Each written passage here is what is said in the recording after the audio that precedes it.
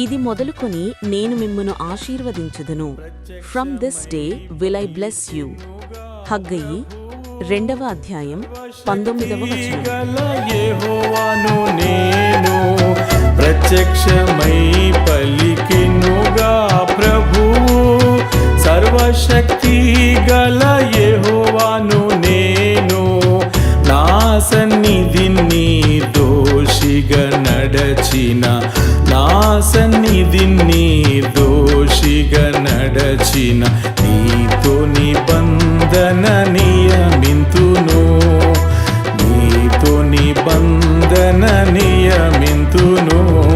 నిశ్చయముగా నిన్ను దీవించెదను, నిశ్చయముగా నిన్ను దీవించెదను.